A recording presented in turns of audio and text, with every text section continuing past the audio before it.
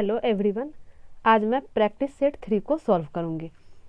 परीक्षा के लिए ये सब प्रैक्टिस सेट बनाना बहुत ही ज़रूरी है और ये क्वेश्चन जो है एकदम फार्मूला बेस्ड नहीं होता है। थोड़ा सा ध्यान रखेंगे तो इजी से हम इसे सॉल्व कर सकते हैं। जैसे पहला क्वेश्चन इसका है कि अगर x बराबर है a cos थीटा, y बराबर b sin थीटा, तो dy बाई डी एक्स हम लोग पढ़े हैं डिफ्रेंसिएशन में प्राचल इक्वेशन, तो वही है, प्राचल समीकरण से ही है। अब जैसे ये dy बाई डी एक्स पूछ रहा है तो क्या होगा, तो देखिए यहाँ चूंकि साइन थीटा, ये y बराबर b साइन थीटा दिया है और x बराबर a cos थीटा, तो इसको हम थीटा के रेस्पेक्ट में पहले डिफ्रेंशिएट कर लेते हैं।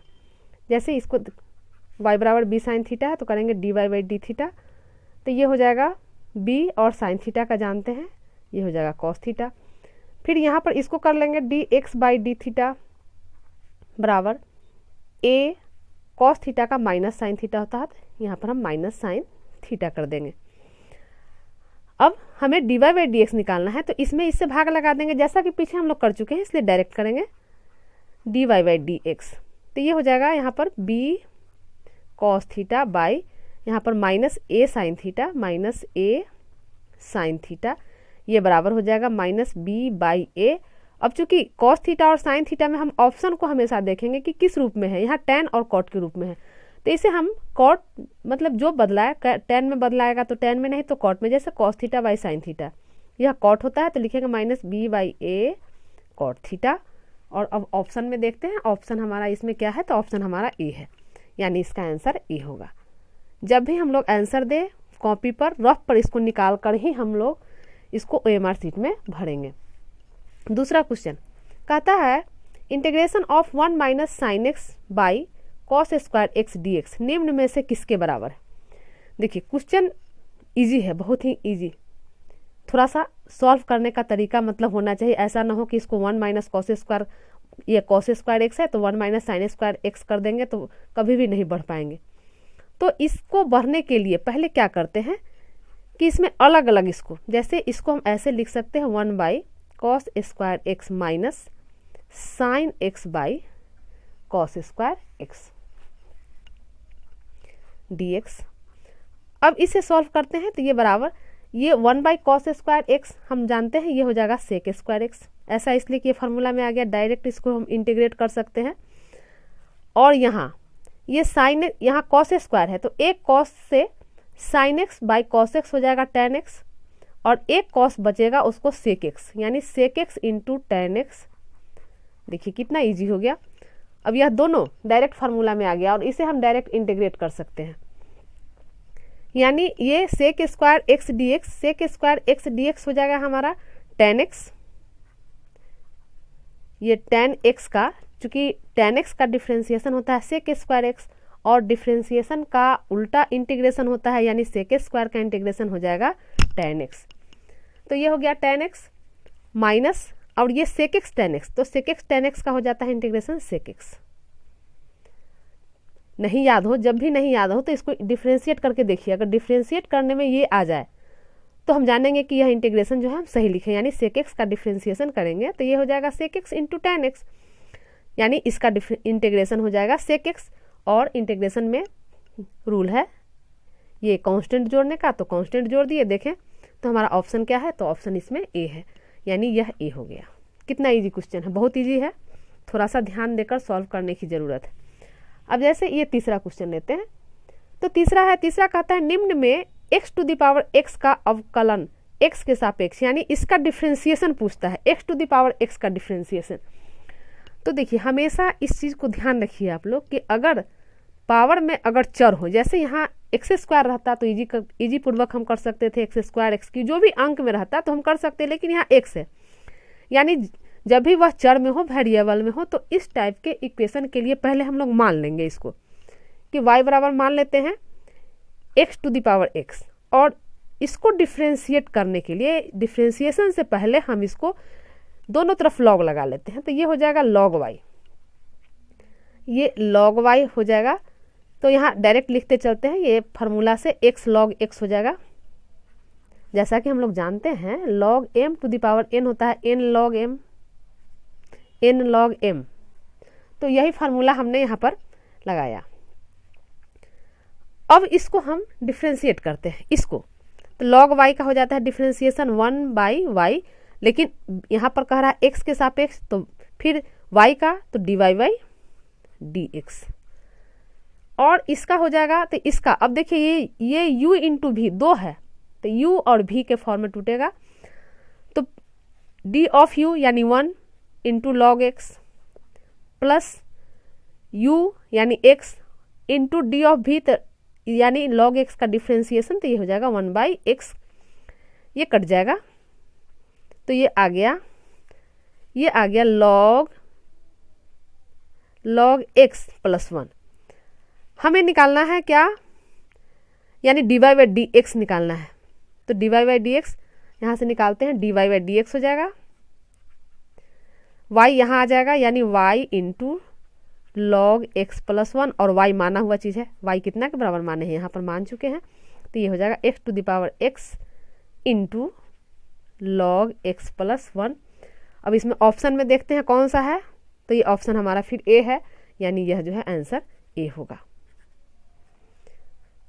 बस सावधानी पूर्वक सॉल्व करके हम लोग इसका जवाब देंगे। क्वेश्चन 4 है, वृत्त की त्रिज्या 0.7 cm प्रति सेकंड की दर से बढ़ रही है, तो निम्न में से उसके परिधि बढ़ने की दर क्या है। देखिए ये क्वेश्चन है rate of change of quantities का, यानी राशियों के परिवर्तन की दर जो हमारे डिफ्रेंशिएशन में है उसका है। तो यहाँ पर ध्यान दीजिए, एकदम क्वेश्चन बहुत इजी, कैसे इसको सॉल्व करेंगे, तो चूंकि त्रिज्या बढ़ रहा है 0.7 cm प्रति सेकंड की दर से बढ़ रहा है, यानी हमें दे दिया यह D r by d T 0.7 cm प्रति सेकंड यह दे दिया। अब कहता है कि उसके तो निम्न में से उसके परिधि बढ़ने की दर क्या है, तो देखिए परिधि मान लेते हैं कि परिधि s है, तो वृत्त की परिधि क्या होती है 2 पाई आर, इसको डिफ्रेंशिएट कर देते हैं विथ रेस्पेक्ट टू t, तो ये D S by d T क्या होगा, तो ये हो जाएगा 2 पाई चूंकि कांस्टेंट है, और ये r हो जाएगा d r by d t. अब देखिए 2 pi d r by d t यहाँ पर दिए हुए हैं, तो क्या हो जाएगा इंटू 0.7 cm प्रति सेकेंड, इसको गुना कर लेते हैं, तो ये हो जाएगा 0.7 है, 2 से गुना करेंगे तो 7 दूना 14, और यहाँ पर एक अंक के बाद दशमलव, फिर आ गया पाई cm प्रति सेकेंड। ऑप्शन में देखिए यहाँ पर दे दिया है 1.4 पाई cm प्रति सेकेंड, यानी तीसरा, तो यह जो है तीसरा होगा यानी सी होगा। ये क्वेश्चन नंबर 4 हो गया। क्वेश्चन 5 ये प्रोबेबिलिटी से है क्वेश्चन, कहता है कि यदि ई और एफ, यहाँ पर एफ होगा, एफ छूटा हुआ है, यदि ई और एफ इस प्रकार की घटना है कि पी यानी probability of E by F is equal to probability of F by E, यानी ये दोनों बराबर है, यानी ये दोनों घटना इस प्रकार है कि यह इस तरह की प्रायिकता यानी प्रोबेबिलिटी बराबर है, तो निम्न में से कौन सा सत्य है। तो यह तो क्लियर है, देखिए यहाँ पर पी ई बाई एफ और एफ बाई ई, यानी क्या है पी प्रोबेबिलिटी ऑफ ई बराबर प्रोबेबिलिटी ऑफ एफ, यह होगा, यही सत्य होगा, यानी ई बराबर एफ नहीं, प्रोबेबिलिटी ऑफ ई बराबर प्रोबेबिलिटी ऑफ एफ होगा, यानी इसका आंसर ए होगा। क्वेश्चन 6 कहता है कि यदि ए और बी एक दूसरे का प्रतिलोम आव्यूह है तो निम्न में से कौन सत्य है। तो यह तो हमारा डायरेक्ट प्रतिलोम आव्यूह जो पढ़े हैं उससे है, डायरेक्ट ये जो है यह परिभाषा ही है उसका कि इसमें होता है ए बी बराबर बी ए बराबर आई, यानी ये दोनों बराबर आई के हो जाएगा, तो यह जो है एक दूसरे का क्या होगा प्रतिलोम होगा, यानी यह आंसर इसका 6 का सी होगा। क्वेश्चन 7 डिटर्मिनांट से है। ये दिया है कि यदि डिटर्मिनांट दिया है ये a11 a12 a13 a21 a22 a23 a31 a32 और a33, कह रहा है कि ए आई जे सहखंड यानी यह जो है कोफैक्टर है ए आई जे का, तो डिटर्मिनांट का मान निम्न में से कौन है। बस यह डायरेक्ट है, हम लोग जानते हैं कि ए आई जे का सहखंड ए आई जे हो तो वह हो जाता है a11, यह जो है यानी कह ही रहा है कि इसका यह कोफैक्टर है, तो इसका रिजल्ट होगा A11 यानी इसका सहखंड ये कैपिटल A11, फिर A21 तो कैपिटल A2, यानी यह जो है इसका कोफैक्टर है। तो ये इसका आंसर जो है C हो जाएगा, 7वां का आंसर C। ध्यान रखेंगे यह प्लस चिन्ह के साथ होता है पूरा, हमेशा इसमें देख लेंगे मिलाकर। जो हम यहाँ पर क्लियर है, यहाँ पर यहाँ AIJ यानी I1 तो यहाँ भी I1, J1 तो यहाँ भी J1, इसीलिए A11। अगर I यहाँ पर I2 J1 है तो फिर इसमें भी 2 1 यानी दोनों, इसलिए हमेशा ध्यान देंगे जो इसका होगा वही इसका होगा, जो इसका वही इसका, इस चीज़ को ध्यान देंगे। तो यही इसका आंसर 7 का C हो गया। 8 क्वेश्चन 8 का आता है अवकल समीकरण का घात है, ये डिफरेंशियल इक्वेशन का है। देखिए ये अवकल समीकरण डिफरेंशियल इक्वेशन से जो भी क्वेश्चन आता है बहुत ही इजी क्वेश्चन होता है, थोड़ा सा हम लोग इस पर ध्यान देंगे। और इसके लिए स्पेशल हम अगले वीडियो में इसका और 3 डायमेंशन का एकदम बेसिक चीज़ का हम कुछ क्वेश्चन बनाएंगे, जिससे कि उतना ही के अंदर उससे उतना ही क्वेश्चन बनता है और उस बेसिक और उसी से ही आएगा आपको परीक्षा में।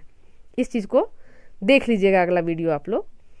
तो यहाँ पर ये कहता है घात, तो अवकल समीकरण का जब भी हम लोग घात देखेंगे तो हम लोग देखेंगे कि वह जो हमारा इक्वेशन है उसमें हाईएस्ट घात, लेकिन हाईएस्ट घात तो यहाँ 2 है, क्लियर है। लेकिन एक चीज़ और ध्यान देंगे कि यहाँ जो कॉस के साथ dy/dx, यानी यहाँ पर जो है, यहाँ पर क्या है कि y के अवकलज, y का अवकलज जो है वह dy/dx को बहुपद के रूप में नहीं व्यक्त कर रहा है, नहीं व्यक्त किया जा सकता है, क्योंकि यह cos x के साथ है। तो यह बहुपद के रूप में हम लोग इसे व्यक्त नहीं कर सकते हैं, इसलिए यह क्या होगा, यह हमेशा अपरिभाषित होगा, यानी इसका आंसर D होगा। इस तरह का जब भी क्वेश्चन हो और घात पूछा जाए तो पहले ये कॉस हो चाहे साइन हो चाहे टेन हो कुछ भी हो, अगर वह एंगल के रूप में यह अवकलज दिया हुआ हो तो यह जो है इसको डिफाइन नहीं किया जा सकता, इसलिए इसका आंसर D होगा। 9वां क्वेश्चन यहाँ कोटि पूछ रहा है, अवकल समीकरण का कोटि, ये अवकल समीकरण दिया है। तो कोटि में यहाँ पर देखते हैं, यहाँ पर एक कोटि का है ये, यानी एक बार डिफ्रेंशिएट किया गया है। यहाँ d2y/dx² का मतलब हुआ कि यह जो है दो बार डिफ्रेंशिएशन किया गया इसका।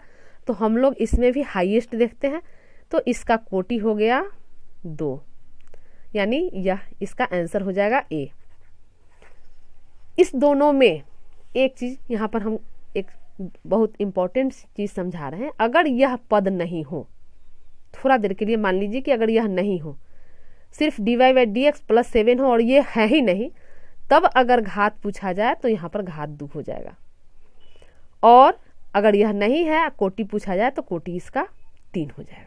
इस चीज़ को ध्यान दीजिए, बहुत इजी है। कोटि में हम हमेशा देखेंगे कि कितने बार वह डिफ्रेंशिएट हुआ है, जो हाईएस्ट होगा उसको देंगे। और घात के लिए हाईएस्ट कोटि पर जो घात होगा वह हम लोग ध्यान देंगे, जो कि हम आगे के वीडियो में उसको फिर हम अच्छे से फिर क्लियर करेंगे, लेकिन यहाँ भी हम अच्छे से बता दिए हैं, इसको आप लोग ध्यान रखिए। तो ये क्वेश्चन 9 हो गया। क्वेश्चन 10 करते हैं। ये 10 है, निम्न में से कौन साइन इनवर्स साइन 2π/3 का मान होगा। एक चीज इसमें, इसके पहले वाले वीडियो में भी हम इस टाइप का क्वेश्चन बताए, लेकिन इसमें हमेशा ध्यान दीजिएगा कि साइन इनवर्स ये फार्मूला होता है, साइन इनवर्स x बराबर ये x होता है। बच्चे क्या करते हैं कि यहाँ पर इसी फार्मूला पर इसे सेट करके और तुरंत उसका आंसर 2π/3 दे देंगे, जो कि गलत है। यह गलत होगा। क्यों गलत होगा? तो हम लोग जानते हैं कि साइन इनवर्स x जो है, यह साइन इनवर्स x यह हमेशा लाई करता है -π/2 से π/2 के बीच। तो π/2 से π/2 के बीच, -π/2 से π/2 के बीच लाई करता है। और यह क्या है? तो यह जो है ज़्यादा है, ये इस दोनों से ज़्यादा है। तो इसके लिए हम क्या करेंगे कि पहले इसको हम ऐसे करेंगे, साइन इनवर्स साइन, इसको हम लिख सकते हैं π - 2π/3। अब चूंकि इसको तोड़ेंगे भी, इसको अगर हम तोड़ते भी हैं तो साइन 180 - थीटा हम लोग फार्मूला पढ़ चुके हैं कि साइन 180 - थीटा ये होता है साइन थीटा। चूंकि यह सेकेंड क्वाड्रेंट में आता है, सेकेंड क्वाड्रेंट में साइन प्लस में ही आ जाता है और स्वयं का स्वयं रह जाता है। तो इसको हम इतना लिख सकते हैं। अब इसको सॉल्व करते हैं तो ये हो जाएगा साइन इनवर्स, और ये 3 पाई माइनस 2 पाई, यानी इसको भिन्न का जोड़ करेंगे तो 3 पाई माइनस 2 पाई, तो 3 पाई में से 2 पाई जाएगा तो आ जाएगा साइन पाई बाई 3। ये बराबर होगा, अब ये फार्मूला लगाएंगे, यहाँ पर ये फार्मूला लगाएंगे x, तो यहाँ पर ये फार्मूला लगा, आ जाएगा आंसर पाई बाई 3। तो यह आंसर इसका सी होगा। देखिए हमेशा एक चीज़ ध्यान दीजिए कि हम ये ऑप्शन ऐसा दिया हुआ रहेगा कि अगर हम गलत भी सोचते हैं तो वह आंसर यहाँ मौजूद रहता है। जैसे यहाँ गलत किए तब भी यहाँ आंसर मौजूद है। बच्चे क्या करते हैं कि ये आ गया आंसर, यानी इसमें है तो इसको टिक लगा देते हैं, यानी उसका OMR शीट में उसको रंग देते हैं, तो वो गलत है। हमेशा इसको सॉल्व करके, और ये ध्यान रखेंगे कि साइन इनवर्स जो है माइनस पाई बाई 2 से पाई बाई 2 के बीच लाई करता है। कॉस का भी अगर रहेगा तो वह भी माइनस पाई बाई 2 से पाई बाई 2 के बीच लाई करेगा।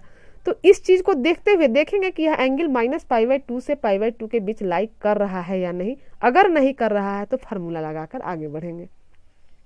इस टाइप का जो भी क्वेश्चन हो हमेशा ध्यान देंगे कि उसका रेंज क्या जा रहा है, और उसके रेंज के अंदर अगर नहीं आ रहा है तो उसको हम फार्मूला में सेट करके और तब हम आगे बढ़ के रिजल्ट देंगे। यहाँ पर देखिए गलत रिजल्ट आया सो भी मौजूद है, और सही आया वो भी यहाँ पर मौजूद है।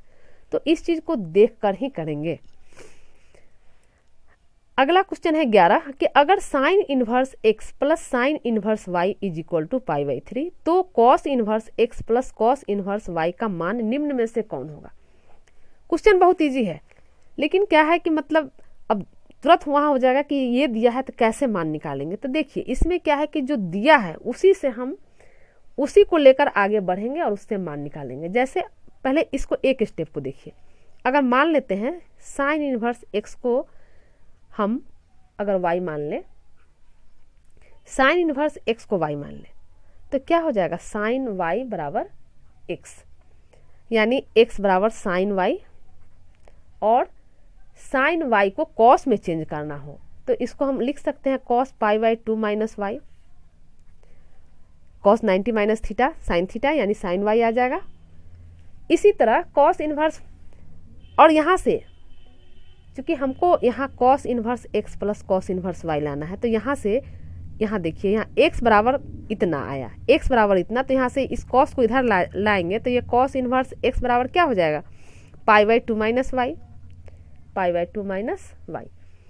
तो कॉस इनवर्स x हो गया पाई बाई 2 माइनस वाई। इसी तरह कॉस इनवर्स y को अगर करें तो हमारा हो जाएगा कॉस इनवर्स y, तो ये हो जाएगा पाई बाई 2 माइनस एक्स।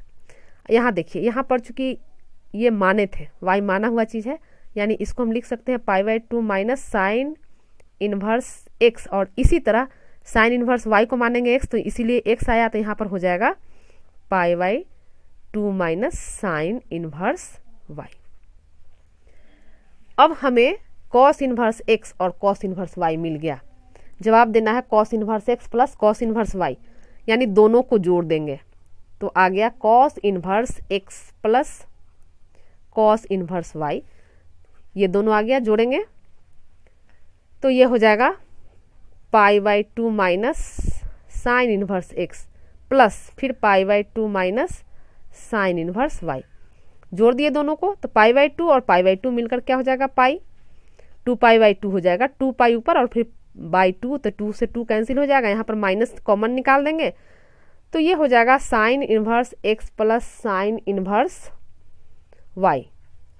जोड़ते हैं दोनों को तो क्या हो जाएगा पाई, और यहाँ sign inverse x plus sine inverse y, यहाँ पर पाई बाई 3 दिया हुआ है तो ये पाई बाई 3 सॉल्व कर देंगे, 3 पाई माइनस पाई यानी 2 पाई बाई 3। ऑप्शन में देखिए 2 पाई बाई 3 ये सी है, तो ये ऑप्शन हमारा सी हो गया, यानी 2 पाई बाई 3।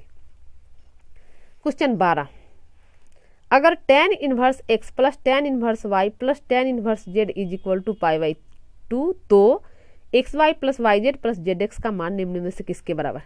देखिए क्वेश्चन देखने में लग रहा है इतना लंबा क्वेश्चन कैसे बनेगा, ये तो पढ़े नहीं। तो बात भी सही है, हम लोग जो अभी तक पढ़े उसमें मात्र ये पढ़े कि tan inverse x plus tan inverse y का हम जानते हैं, लेकिन इसमें एक्स्ट्रा tan इनवर्स z दिया। तो देखिए इस तरह ये क्वेश्चन बहुत इजी है, सिर्फ हम थोड़ा सा दिमाग लगाएं, थोड़ा सा सोचें, थोड़ा सा दिमाग पर जोर दें। जो जानते हैं जो पढ़े, यानी इतना ही का हम लोग फार्मूला जानते हैं, वही लेकर बढ़ते हैं। तो tan inverse x plus tan inverse y, ये दो को लेकर चलते हैं तो इसको इधर भेज देते हैं। क्योंकि हम लोग अभी तक दो का फॉर्मूला पढ़े हैं, उसी से आगे बढ़ते हैं। इधर भेज दिए।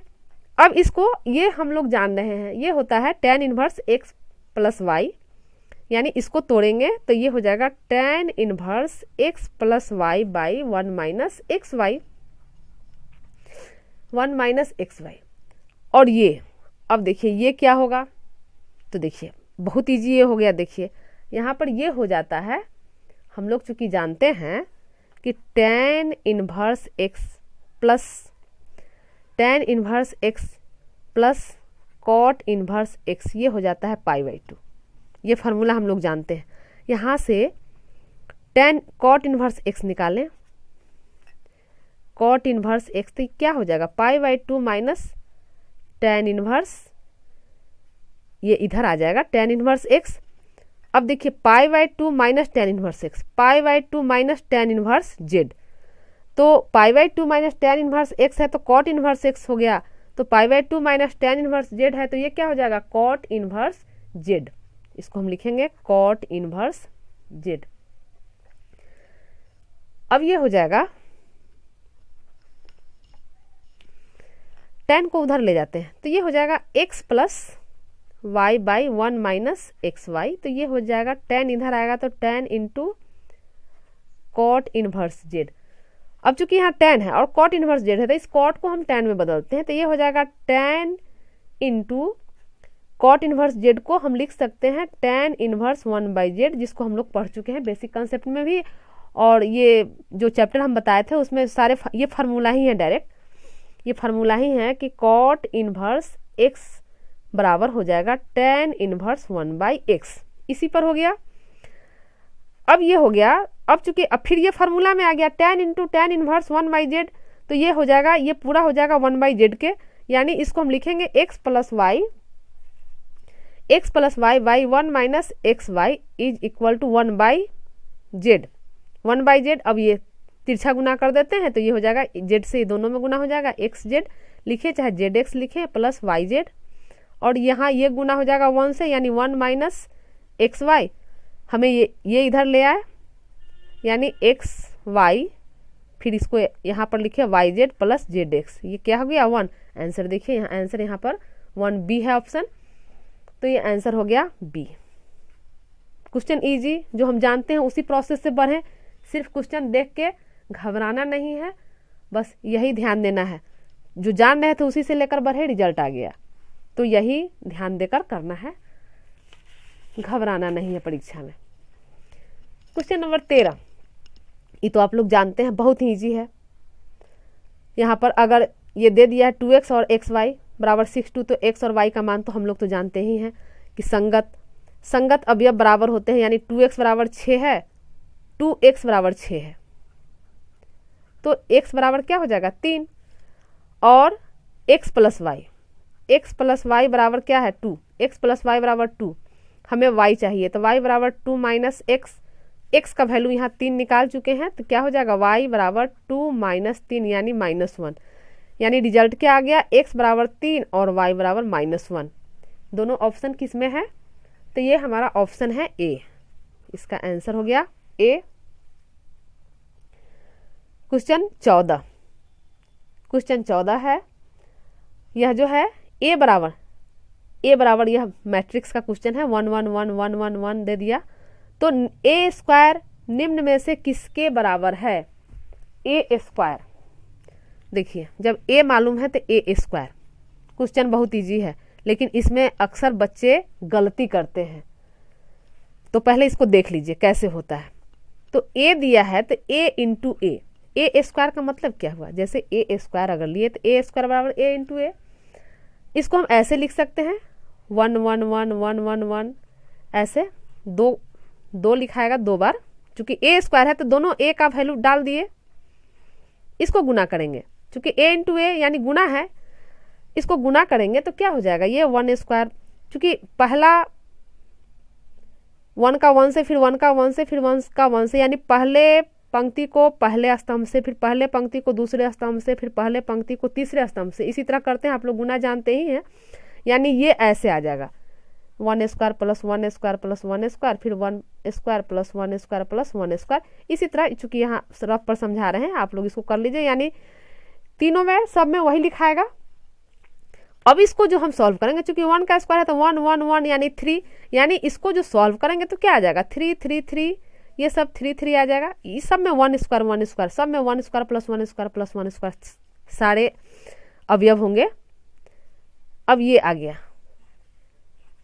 इसमें क्या करेंगे कि 3 कॉमन निकाल देंगे। 3 कॉमन निकालेंगे तो चूंकि हम लोग मैट्रिक्स में जानते हैं कि 3 अगर कॉमन निकालेंगे तो यह सारे पंक्ति में से 3 निकल जाएगा। यानी यह बचेगा 1 1 1, ये बचा और 3, और ये कितना है, ये चूंकि यहाँ पर दिया हुआ है a के बराबर है, यानी आ गया 3a। 3a आ गया। रिजल्ट में देखते हैं क्या है, c है 3a। c हो गया। बच्चे क्या गलती करते हैं कि उसको वह सोच लेते हैं, तुरंत डिटर्मिनेंट ध्यान में आ जाता है और तीनों में से 3 3 निकाल लेते हैं, और 3 3 9 27। और यहाँ जो हम पहले ही कब बता चुके हैं कि अगर गलत सोचिएगा तो वह भी रिजल्ट गलत वहाँ मौजूद रहता है। यहाँ देखिए 27 भी मौजूद है, लेकिन 27a नहीं होगा, यह होगा 3a। क्वेश्चन 15 ये कहता है किसी रेखा का दिक् अनुपात यानी डायरेक्शन रेशियो 2 3 7 दिया है, तो निम्न में से कौन सा डायरेक्शन कोसाइन होगा, यानी दिक् कुज्या। अंग्रेजी में इसको डायरेक्शन कोसाइन कहते हैं, हिंदी में दिक् कुज्या। तो कौन सा होगा, देखिए अब हम लोग जान चुके हैं, अभी तक हम लोग जानते हैं कि अगर ABC अगर डायरेक्शन रेशियो होता है तो उसका डायरेक्शन कोसाइन होता है। देखिए रफ पर समझाते हैं। ABC इसका अगर डायरेक्शन रेशियो है, डायरेक्शन रेशियो शॉर्ट में लिखे हैं, तो डायरेक्शन कोसाइन यानी DC इसका होता है A बाई, ये फार्मूला ही है, हो सके फार्मूला ही डायरेक्ट दे दे, हो सके डायरेक्ट फार्मूला ही दे दे, तो ये भी ध्यान में रहेगा। ये हो जाएगा a square plus b square plus c square. B होता है a square plus b square plus c square, और फिर c होता है a square plus b square plus c square. अगर इस रूप में दे तब भी ये जवाब 2 3 7 है, इसके जगह पर दूसरा भी अंक दे तब भी यही, इसी पर हम लोग डायरेक्ट बनाएंगे। देख लीजिए। अब जैसे पहले a square plus b square plus c square root के अंदर, यहाँ हमारे पास क्या है, यहाँ है 2 3 7, यानी a b c की जगह पर है 2 3 7। तो पहले निकाल लेते हैं इसका 2 square plus 3 square plus 7 square, तो ये हो जाएगा 4 9 और ये 49, यानी ये हो जाएगा 9 9 18 4 22 और 2 4 6, यानी रूट अंडर 62।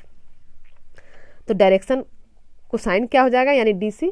तो डायरेक्शन कोसाइन हो जाएगा, यहाँ पर देखिए a बटा b बटा c बटा वही चीज़ है, तो यहाँ 2y हो जाएगा 62, 3 बटा रूट 62 और 7 बटा रूट 62।